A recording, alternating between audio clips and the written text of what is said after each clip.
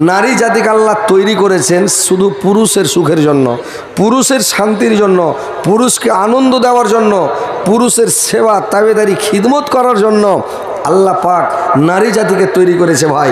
কিন্তু বর্তমান যুগের মহিলারা পুরুষটাকে যদি জ্বর হয়ে যায়, জন্ডিস হয়ে যায়, কোনো বেমারি হয়ে গেল স্বামীকে, তো এরা কি করে? পুরুষের নাফরমানি করে, নাশুকিরা করে, লোকের সামনে বদনাম করে বেড়ায়। কোন কুজলাড়াকে বিয়ে করেছে, বিয়ে করে জীবনে সুখ শান্তি পাওয়া গেল না। এই পুরুষলি আমি দুনিয়াতে শান্তি পেলাম না, সুখ পেলাম না, আবার কুজলড়াই ছুটে না, আবার ল প্রেসারি ছুটে না, আবার ক্যালসিয়ামেরও অভাবই ছুটে না, মানে যাইতে মারবে লোকের সামনে যে ভালো নয়। আরে ভাই, কয়টা দিন ওর বেমারি হয়েছে, এর আগে তো ভালোই ছিল, তাহলে তোমাকে যাইতে মেরে বেড়াইতে হবে?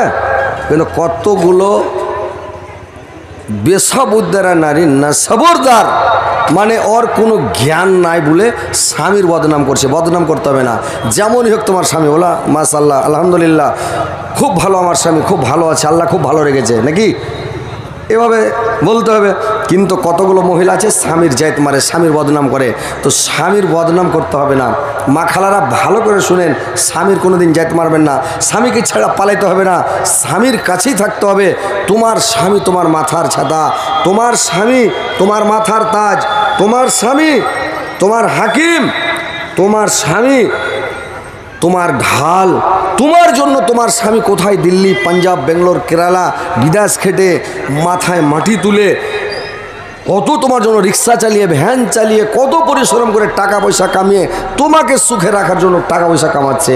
আর তুমি তোমার স্বামীর নাফরমানি করছো, স্বামীর সেবা করো না, তাবেদারি করো না, খিদমত করো না, স্বামীর কথা শুনো না কেন? মা বোনেরা ভালো করে শুনে নেন, বিবি রহিমার মতন বনে যেতে হবে।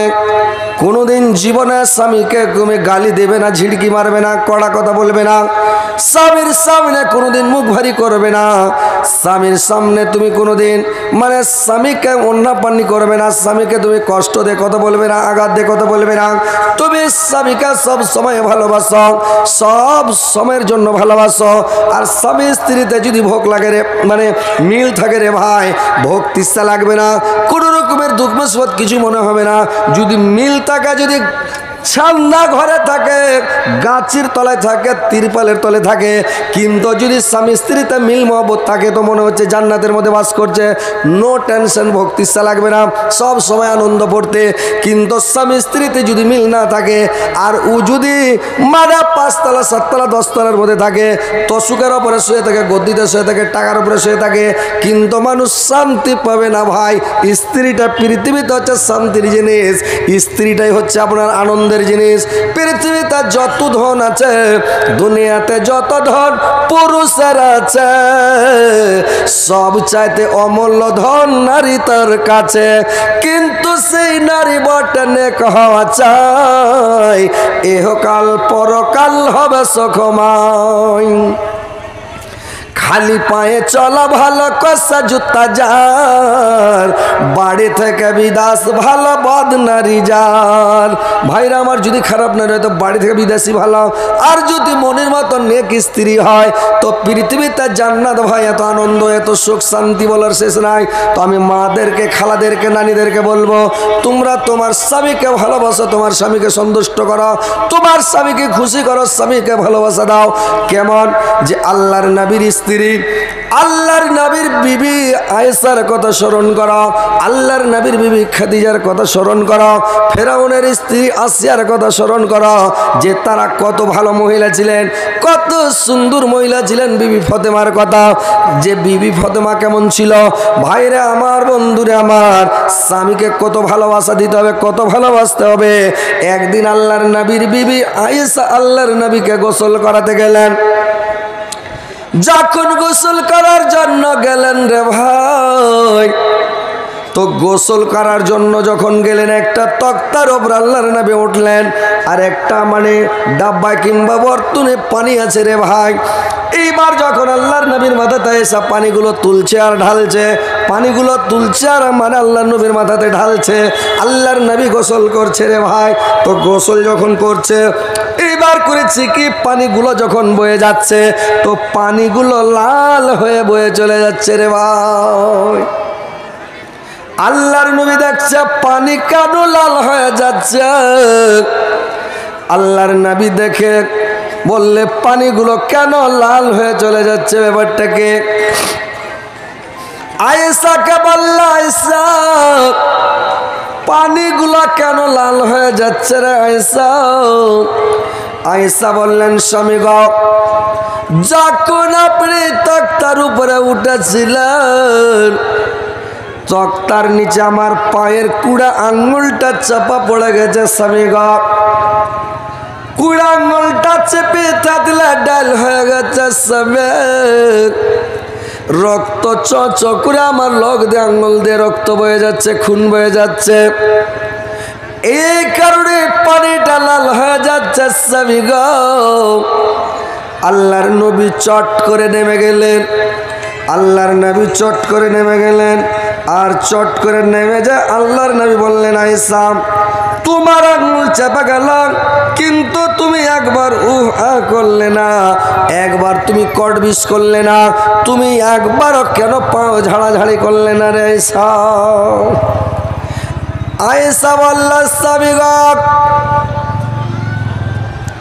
আমার একটা কুড়া আঙ্গুল চেপে চেপে দিলে যে রক্ত বয়ে যাচ্ছে, আমার যদি দুই পায়ের 10টা আঙ্গুল চেপে যেত দিলে ডাইল হয়ে যেত স্বামী গো।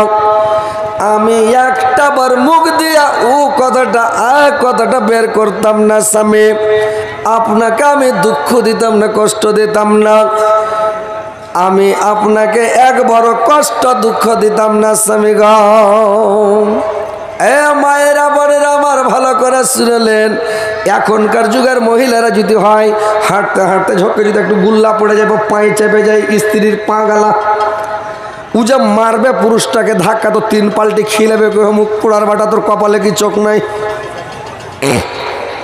বলবে না যে ভাই? হ্যাঁ হো করেন, মুড়িটা ঝুকান, হ্যাঁ তো হ্যাঁ, না তো একটু একটা কথা বলবেন তো। আর যদি ওই মূর্তির মতন সৃষ্টি বা ছেড়ে এরকম দেখে থাকলে কী হবে, একটু হ্যাঁ হো করবেন, তাহলে তো ভালো লাগবে, ওয়াজ করতে নসিহত করতে ভালো লাগবে যে আপনারা ওয়াজ শুনছেন, ওয়াজ বুঝতে পারছেন নাকি। আর না হলে তো কেমন করে বুঝবো। তো এইবার এখনকার স্ত্রী হলে এরকম করবে না ভাই। কিন্তু আয়েশা কত ভালোবাসেন, যদি বলছে লোক দিক থেছিলে গেলে আমি বলতাম না, কত স্বামীকে ভালোবাসে, কত আদর করে স্বামীকে। আর এখনকার মহিলা এটা করবে? সামান্য একটা চড় যদি খালি স্ত্রীকে মেরা দেওয়া, সে তো 3 দিন চালা করে না, ভাত খেতে দেয় না।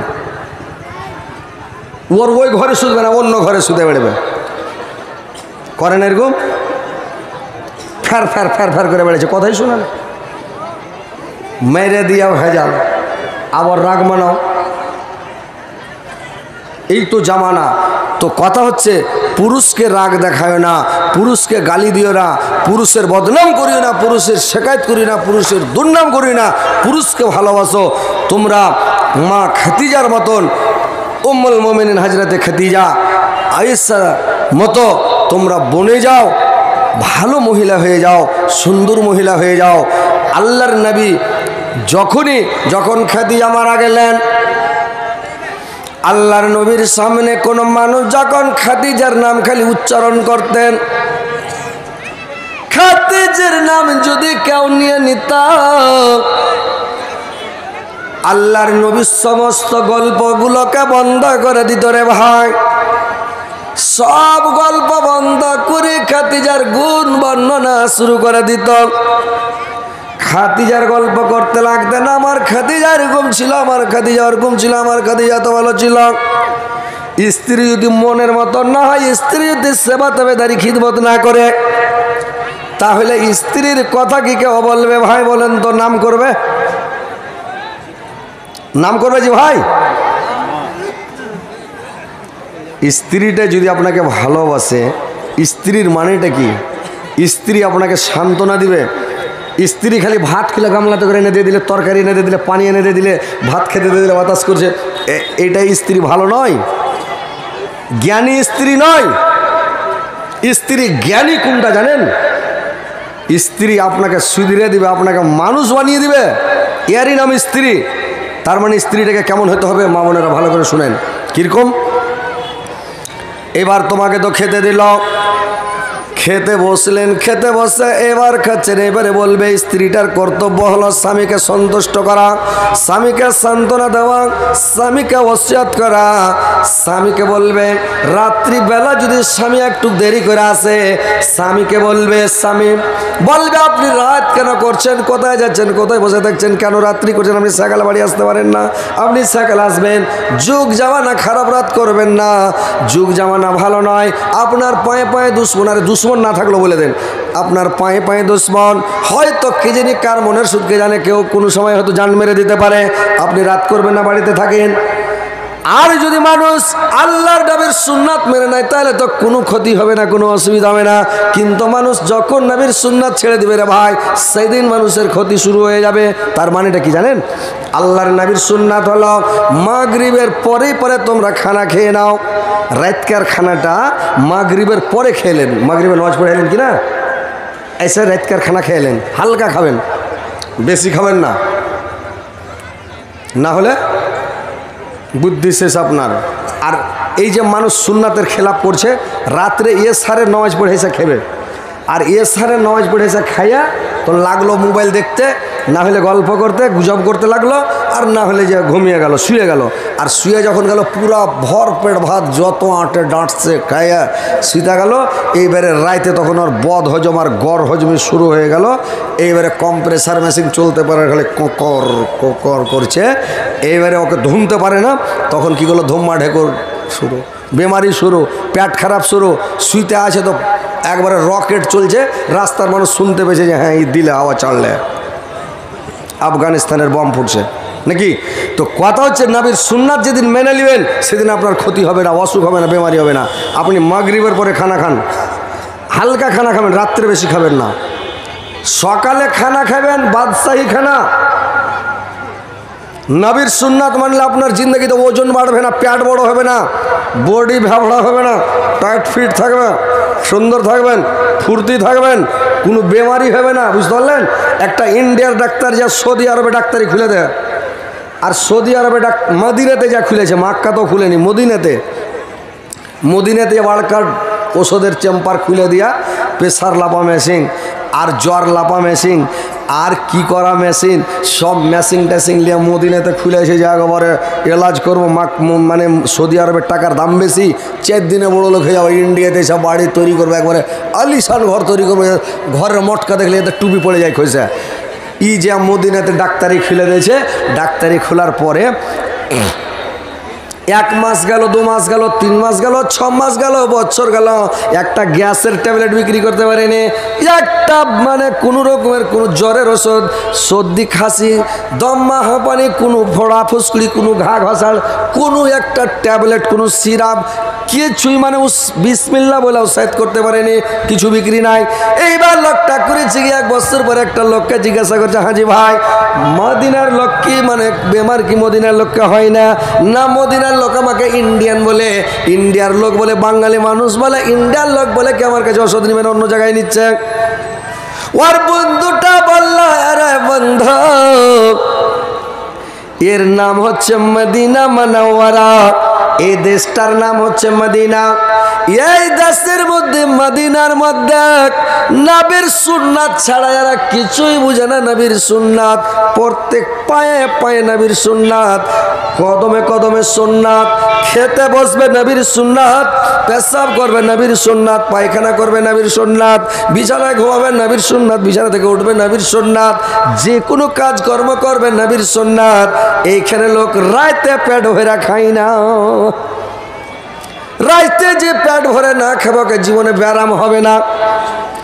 তো ভাইরে আমার সকালে খান বাজছে এখানা, লোকটা বলল মদিনাতে লোক 3টা 4টা খেজুর খেয়েছে, আজুয়া খেজুর, কিংবা দুটা খেজুর খেয়ে এক গ্লাস পানি খেয়ে ঘুমিয়ে গেল, সারা রাত পেটটা খালি থাকলো, কম্প্রেসার মেশিন চলছে, ওকে ধুইনা ফুরফুরা করে মানে সাবই করে বাহির করে দিলে ওর কোনো বাইস হবে না, পাদা হবে না, ওর বদ হজম হবে না, পায়খানা করা লাগবে না, গোটা রাত পেশাবের বারাত লাগবে না, একবারে লাগ ডেকে ডেকে ঘুম পাড়ল। আল্লাহর নবীর সুন্নাত কেমন দেখেন, ইশারের নামাজ পড়ে আল্লাহর নবীর অভ্যাস ছিল ঘুমিয়ে যাওয়া। আল্লাহর রাসূল বলেছেন ইশারের নামাজ পড়ে একটা কথা বলবে না, কোনো বাজে কথা বলবে না, তুমি তাড়াতাড়ি বিছানাতে শুয়ে যাও আর তাসবিহ জিকির করে তুমি ঘুমিয়ে যাও।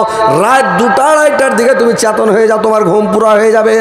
আর ভোর রাত্রে একটু মসজিদে যাও, উজু করে 2 রাকাত নামাজ পড়ে হাত উঠে আল্লাহর কাছে চাইতে লাগো। বেশি দুনিয়াতে হাই ফাই করার দরকার নাই, টাপাটাপি করার দরকার নাই, আল্লাহর কাছে চাহো, আল্লাহ দেওয়ার জন্য বসে আছে। ভাইরে আমার, এটা হচ্ছে সৎশীল সলেহিনদের অভ্যাস, সাহাবীদের অভ্যাস।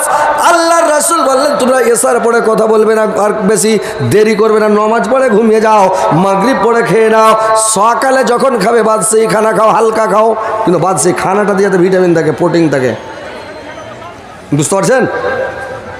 টিফিন খাবেন একদম হালকা করে, কাজু কিশমিশ আখরোট, এক ফাঁক সেব থাকবে, একটা কলা থাকবে, একটা ডিম থাকবে, এরকম করে ফল ফ্রুট দিয়ে হালকা টিফিন করে মানে টিফিনটা খেলেন। দুপুর হতে হতে একবারে ঝানিয়া পেটে ভোগ লাগবে, ডাঁটিয়া ভাত খেলেন যত পারবেন। দুপুরে কম করে খাবে না, হুঁড়িয়ে খেলেন একেবারে পেট ভরে। দুপুরে পুরা খেয়ে নিলেন, খাইয়া নেওয়ার পরে থেকে যান, ওটা হজম হলো, দৌড়াদৌড়ি করলেন, বেড়াবেড়ি করলেন, কাজ কামে বেড়ালেন, ওটা হজম। এবার রাত্রে খাবেন কি, হালকা একটা রুটি খান, ছোট বেলন পাকা রুটি। যদি কহেন যে একটা খাওয়ার অর্ডার, কালের রুটি একবারে বেলন পাকা খেয়ে এলি তো হয়ে গেছে আপনার। এখনকার লোক সবই খাদলে হাদিসের উল্টা কাজ করছে। যেমন মেয়ে ছেলের দিকে দেখার অর্ডার একবার, আল্লাহ নবী বলেছেন তুমি একবার দেখিও। তো আজকালকার চাংড়া পিলা বলছেন অর্ডার আছে তো ভালো করে দেখে, পলক মারে না, পুরা করে স্ক্রিন করছে, আর দেখতে দেখতে একবারে পুরা দেখে নিলে। তো এগুলা সব নিষেধ আছে ভাই। তো কথা হচ্ছে রাত্রে হালকা খান, মাগরিবের পরে খান, এটা আমাদের একটা অভ্যেস হয়ে গেছে।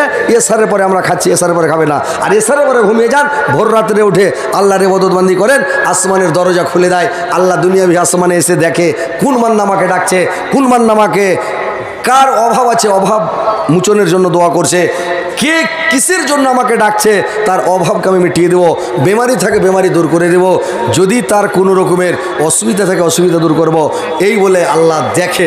কিন্তু ভোর রাত্রে সবাই তখন রাত 10টা 11টা 12টা ভোর মোবাইল চালাইছে। হ্যাঁ, রাত জাগিয়া ফোনে চ্যাট করিয়া, রাত জাগিয়া ফোনে চ্যাট করিয়া, ফজরের নামাজে ঘুম ভাঙে না, মোবাইল আসিল কি খেলা লাগিল, লেখাপড়ায় মন বসে না। পেটে ভাত নাহি তাক, পেটে ভাত নাহি যাক, পরনে কাপড় নাহি তাক, মোবাইল ছাড়া দিন চলে না, মোবাইল আসিল কি খেলা লাগিল, লেখাপড়ায় মন বসে না। তো ভাই মোবাইল এসে মানুষের ব্রেনকে নষ্ট করে দিল, মোবাইল এসে মানুষের ব্রেনটাকে বরবাদ করে দিল, লেখাপড়ার দিকে মন নাই, মানুষের মুখস্থ বিদ্যা উড়ে গেল, স্মরণ শক্তি উড়ে গেল, সব সময় খালি মোবাইল, সব সময় খালি মোবাইলে নিয়ে ব্যস্ত আছে রে ভাই। তো দেখেন ভাই আমার, আল্লাহর নবীর সুন্নাত হলো যে তোমরা সুন্নাতগুলো মেনে যারা চলবে তারা তোমরা কামিয়াবি হয়ে যাবে। তোমরা রাত্রিবেলা বেশি গল্প গুজব করবে না, মোবাইল দেখবে না, টিভি দেখবে না, ইশারের নামাজ পড়ে তোমরা ঘুমিয়ে যাও, তাহলে তোমার শরীর স্বাস্থ্য ভালো থাকবে। ভাইরে আমার, বন্ধুরে আমার, নবীর সুন্নাত যেদিন ছেড়ে দেবেন আপনাদের ক্ষতি হবে, আপনারা বিপদে পড়বেন। তো ভাই দেখেন আপনারা নবীর সুন্নাতটা মেনে মেনে চলেন।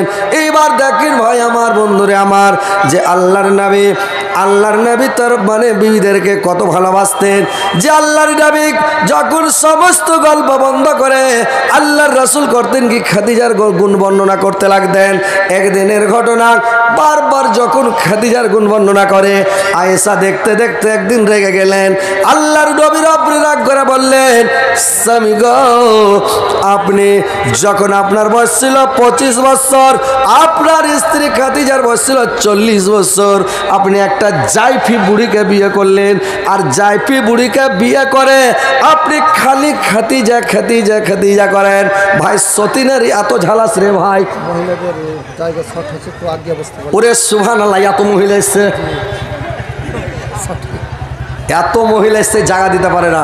মা বোনেরা তোমরা একটু আগিয়ে বসো, হান্নানিরা হান নিজের নানি একটু করে আগাও, একটু করে আগে জায়গাটা খালি করো। পাছে যে হান্নানিরা আসবে, আমার বোনেরা আসবে, খালারা আসবে, ওরা একটু জায়গাটা দাও। জায়গা শর্ট হয়ে গেছে, জায়গা আপনাকে বাড়াইতে হতো, বুঝতে পারলেন? মেয়ে ছেলে বেটা ছেলে থেকে 3 ডাবল 4 ডাবল হয়েছে জি ভাই। জালসা যে কোনো জালসাতে মেয়ে ছেলে 3 ডাবল, প্রত্যেক জালসাতে 3 ডাবল 4 ডাবল। তো যাক আলহামদুলিল্লাহ, একটু সেটা সেটা বসেন নানিরা আমার। আর আপনারা তো দাঁড়িয়ে আছেন, তো দাঁড়িয়েই শুনেন, আর কি বলবো, যে যে বসে আছেন আছেন, তো এবার শুনেন।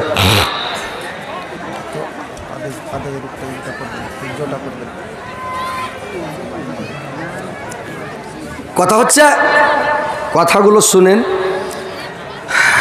উঠাউঠি কটবেশ টটবেশ যদি করেন তাহলে কিন্তু কটবেশ করলে ওয়াজ করতে ভালো লাগবে না। যদি সব উঠাউঠি শুরু করে দেন, কটবেশ শুরু করে দেন, তাহলে ভালো লাগবে না। লাগবে ওই আপনার দিকে যখন বিহা শাদী হয়, তো লইয়া বহু যখন গাড়িতে চড়ে বোলেরোতে, তখন কাঁদে জি ভাই, কাঁদে। বোলেরোতে চড়ার সময় কাঁদে, কিছু কহে না রে ভাই, কাঁদে কি কাঁদে না? আমাদের দিকে কিন্তু উত্তর দিনাজপুরে খুবই কাঁদে।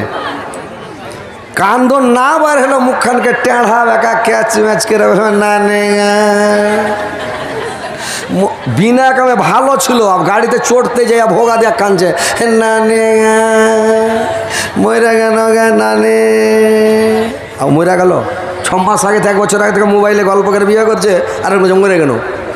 দৌড়িয়া যা ভানির গলা ধরছে, ভানি গা ময়রা গেল, ইয়ার গলা ধরছে মরে গেল, ওর গলা ধরছে মরে গেল। লাস্টের বেলা ওর মার গলা ধরে কইছে মা গে, তো কইছে কিরে বেটা, কইছে 9 থেকে 10 দিন পা, এটাও পুরুষ আবার থাকে কি না গে মা। তার মানে কত ভালো বেটি ছেলে, 9 বার বিয়ে হয়ে গেছে, এটা 10 নম্বরে হয়েছে। তো কইছে মা গে 9 থেকে 10 দিন পা, এটা পুরুষ আমার থাকে কি না গে মা। তখন ওর লাইয়া স্বামী পাঞ্জরি খাড়িয়েছিল, মানে ও বসলি ওর পাঞ্জরে বসবে বোলেরোতে। তো আর স্বামীটা কইছে চিন্তা করতে হবে না, কইছে কেনে, কইছে আমারও 21 থেকে 22, আর তুই থাকিস নিয়ে যাইস। তার মানে 21 টাকার বিয়ে হয়ে গেছে, তুই 22 নম্বরে, 21 থেকে 22, আর তুই থাকিস নিয়ে যাইস। তো ওইরকম আমিও আপনারাকে বলছি, যদি উঠাউঠি কটবিস করেন না, আমার 21 থেকে 22 প্রত্যেক দিন জালসা করছি, জালসা করে করে ভাই একবারে থইকা আছি পাড়া ভুস্তের মতন। হ্যাঁ, বুঝতে পারলেন, জান চলে না। কিন্তু কি করব, আল্লাহর রহমতে আসতে হচ্ছে, আল্লাহর শক্তি দিয়ে বলতে দিয়েছে, যতটুকু বলতে দিয়েছে ততটুকুই বলছি, ইনশাল্লাহ বলবো। তো আপনারা ভাই কটবিস করে পালাপালি করে বসে শুনেন, ইনশাল্লাহ শোনাচ্ছি। তো মা বোনদেরকে বলবো, তোমরা স্বামীর সেবা কী করে করবে, কেমন করে করতে হবে, কী করে করতে হবে, স্বামীকে শুধরাবার চেষ্টা করতে হবে, স্বামীকে বুঝাবার চেষ্টা করতে হবে, যে স্বামী যেন তোমার কথা শুনে বুঝে, তাহলে তুমি স্বামীকে বুঝার চেষ্টা করো। তো ভাই, যে আয়েশা যখন রেগে গেলেন আল্লাহর নবীর ওপরে, রেগা বলছে না স্বামী গো, আপনি সব সময় খালি মানে বলছেন খাদিজা খাদিজা, সব সময় খালি খাদিজা, আপনার সামনে যুবতী রূপসী স্ত্রী আছে, ও অথচ আমার নাম একবার নিচ্ছেন না, সব সময় খালি খাদিজা। সতীনের হয়ে একটা ঝালাস আছে রে ভাই, বলছে কেন খালি খাদিজা খাদিজা করছেন? আল্লাহর রাসূল বললেন, খাদিজাকে বাদ দিয়ে আমার আরো 12টা স্ত্রী, আল্লাহ নবীর 13টা বিবি ছিল। তো 13টা স্ত্রীর মধ্যে আল্লাহর রাসূল বললেন যে 13টা আমার বিবি, কিন্তু খাদিজার মতন স্ত্রী একটা আল্লাহ পাক আমাকে এখন পর্যন্ত দান করেনি। যে খাদিজা আমার এত ভালো ছিল, এত ভালো ছিল, এত ভালো ছিল খাদিজা, খাদিজার গুণ জীবনে আমি কোনোদিন ভুলতে পারবো না। ভাইরা আমার, আল্লাহর রাসূল বলতে লাগলেন, আমার খাদিজা ছিল আমার দুঃখের মধ্যে, আমার খাদিজা আমার দুঃখের সাথে ছিল রাজা।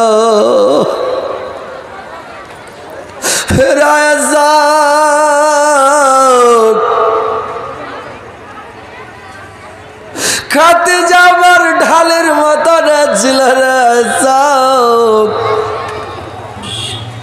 আমার আমার খাদিজা আমাকে কত ভালোবাসত, কত আদর করতে রয়েছে।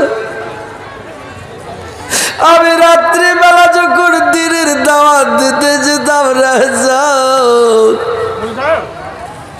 রাত 12টাতে যখন ফিরতাম, রাত 2টা 1টা 1:30টায় ফিরতাম, আমি গেটের কাছে সে একবার খালি বাড়ি মারতাম, খাদিজা আমার খাদিজা করত কি গেটকে খুলে দিতে রয়েছে। একদিন নয়, 2 দিন নয়, 6 মাস নয়, বছর নয়, যতদিন খাদিজা বেঁচে ছিলাম, আমি যখন দিনের দাওয়াত দিয়ে আসতাম, আমার খাদিজা কেমন করাকে খুলে দিতে রয়েছে।